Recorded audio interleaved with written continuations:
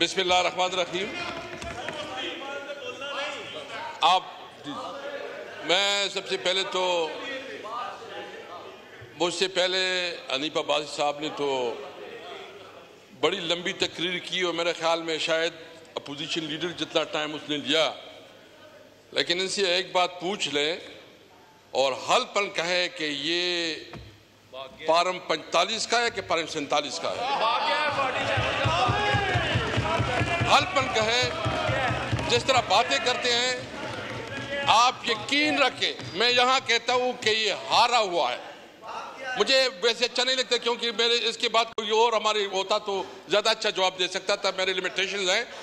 लेकिन मैं समझता हूँ कि जो इलेक्शन हार चुका हो उनके अंदर कोई अखलाकी जुर्रत होनी चाहिए कि वो जब बात करे तो कम से कम एक लिमिट के अंदर करे। उसको पता है कि वो हारा हुआ शख्स है और नाजायज तौर पर इधर बैठा हुआ है। दूसरी बात, मैं जनाब स्पीकर, मैं 2-3 इश्यूज जो है ना इस हाउस के सामने रखना चाहता हूं। जिस इलाके से मेरा ताल्लुक है खैबर पख्तूनख्वा, ये पहली दफा हुआ कि इस ईद की छुट्टियों में जितनी बदतरीन लोड शेडिंग की गई, और ये अभी मुझे अफसोस है कि किसको अब बात सुनाएं। कोई मेरे ख्याल में अमीर मुकाम साहब है, वो बेचारा भी पता नहीं किस चीज का मिनिस्टर है, जो कंसर्न मिनिस्टर है कोई इधर है नहीं। जो जो जो जो जो जो मिनिस्टर है, मतलब ये रूलिंग दे कि कम से कम फाइनेंस मिनिस्टर तो इधर बैठा रहे ना, मजाक तो ना बनाए, इस असेंबली का, इस हाउस का मजाक तो ना बनाए। कल जिस तरह हुआ, आज जिस तरह ये बैठे हैं, मेरे ख्याल में इस पर आप रूलिंग दे कि लेके आए कि जो फाइनेंस मिनिस्टर है वो इधर बैठे। ये हम तकरीर किसको करेंगे? ये किसकी हम तकरीर करें? हम क्या करेंगे? बस जो टीवी पे सोशल मीडिया पे आ जाएगा इसका कोई असर नहीं होगा। ये पार्लियामेंट की तौहीन नहीं है। स्पीकर साहब, मैं पूछना चाहता हूं, मेरे ख्याल में इस पे आप रूलिंग दे दें कि बेशक जो भी फाइनेंस मिनिस्टर हो वो इधर बैठा रहा है। इस पे कम से कम रूलिंग दे। मेरे ख्याल में ये तौहीन है इस पार्लियामेंट का। असद कैदी साहब, कल भी हमने इस पे बोला था, इनके वज़रा साहबान को, कैबिनेट को, उनको यहाँ हाजिर होना चाहिए और ये आएंगे इंशाअल्लाह, आप देखेंगे आएंगे। अब आप उसमें आप बोलें 2 दिन का ब्रेक ले लें तो वो आप सेंस ऑफ द हाउस ले लें तो हम कर लेते हैं। एक मिनट, मैं बात बताऊं ना जी, आप कमर साहब, आप तकरीर कंटिन्यू करें, इस बहस में ना एक एक चीज पे उठा करता था, एक एक पॉइंट पे उठा करता था जी। नवीद कमर साहब, अभी तो आप इनके लाए हैं, ये क्या कर रहा है? ये पार्लियामेंट, इस तरह पार्लियामेंट चलते हैं?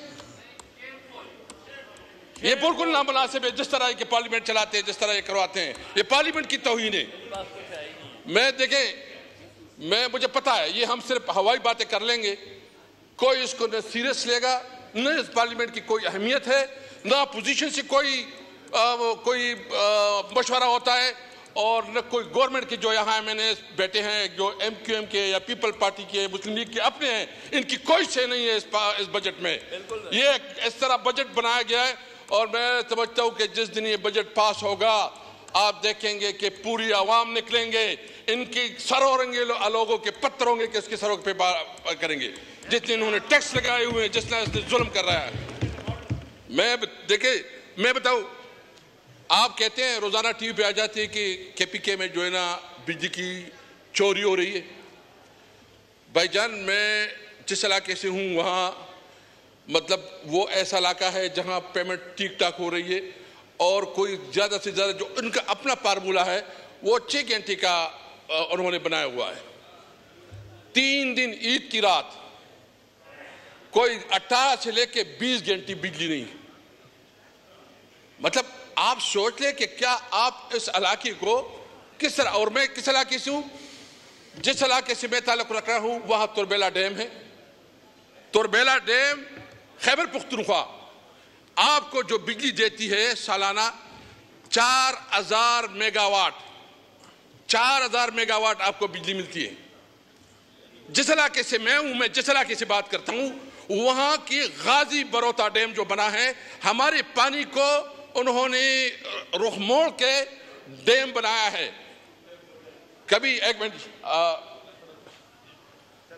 कभी जो है ना कभी ये उस डैम पे वो सीमतौर का शिकार करवाते हैं हमारी जमीन खराब करके, और जब गाजी बरोता डैम बना तो हमारे से पानी का रुख मोड़ के वो खुश्क करवाया। मैंने उस दिन इस पे बात भी की है कि 16,000 एकड़ जंगलात तबाह हो गए, वहां माहौलियात तबाह हो गई, सब कुछ तबाह हो गई, लेकिन वहां आप लोड शेडिंग करवाते हैं 18 घंटे। ये पूरे खैबर पख्तूनख्वा की बात है।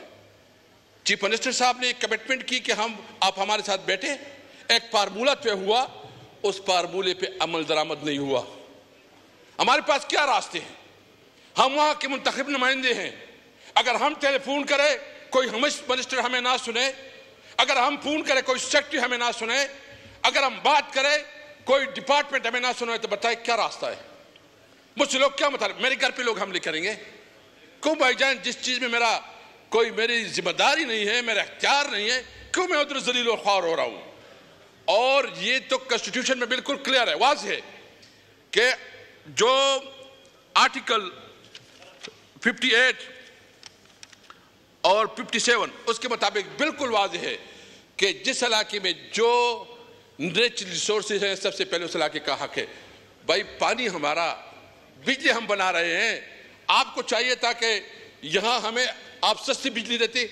आपको पता है कितना एक यूनिट हाइडल पावर से जो हमारे इलाके में बिजली बनती है 1 यूनिट पे 10 रुपए 0.39 पैसा लगता है, 10 रुपए 0.39 पैसा लगता है, और हमें कितने में मिलती है? 62 रुपए पे, और शायद अभी जो है ना 70-75 तक चली जाए। और इंटरेस्टिंग ये है जो हमारा डिमांड है, यानी खैबर पख्तूनख्वा के टोटल जो कंजम्पशन है बिजली का वो 2600 मेगावाट है। 2600 मेगावाट, 4000 मेगावाट हम बनाते हैं और 2600 मेगावाट में हमें सिर्फ 1100 मेगावाट दिया जाता है। 1100 मेगावाट, यानी आप जो हमारे इलाके, पहले तो हम ये नहीं कहते पंजाब का, सिंध का, बलूचिस्तान का, जिस सूबे का जो नेचुरल रिसोर्सेज है सबसे पहले कॉन्स्टिट्यूशन के मुताबिक उनका हक बनता है कि उनके इलाकों को ओसी दिया जाए। आप गैस यहां पैदा होता है, आप गैस हमारे इलाके को नहीं देती।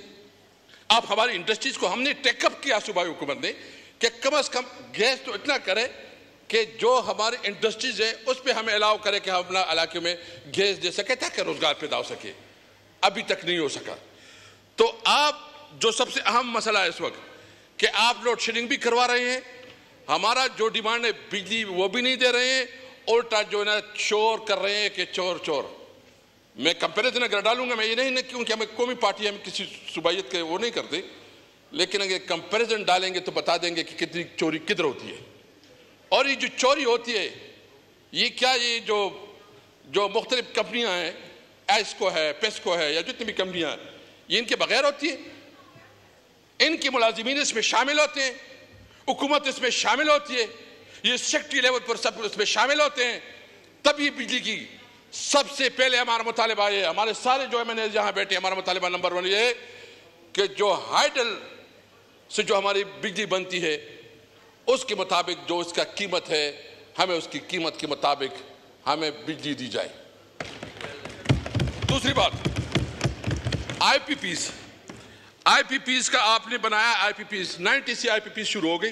मेरा ख्याल नवीद कमर साहब उस वक्त भी मिनिस्टर हुए, डेफिनेटली होंगे क्योंकि ये तो सदाबहार है। मैंने माशाल्लाह आईपीपीज का जो है ये 90 से इसने शुरू किया, और इसमें बहुत इंटरेस्टिंग जो डिसीजन हुआ है कि जितनी इनकी जो आईपीपीज की जितनी भी कैपेसिटी है वो कैपेसिटी के मुताबिक अगर वो बिजली ना भी बनाए तो उसको पेमेंट जो है ना उसकी कैपेसिटी के मुताबिक दी जाएगी।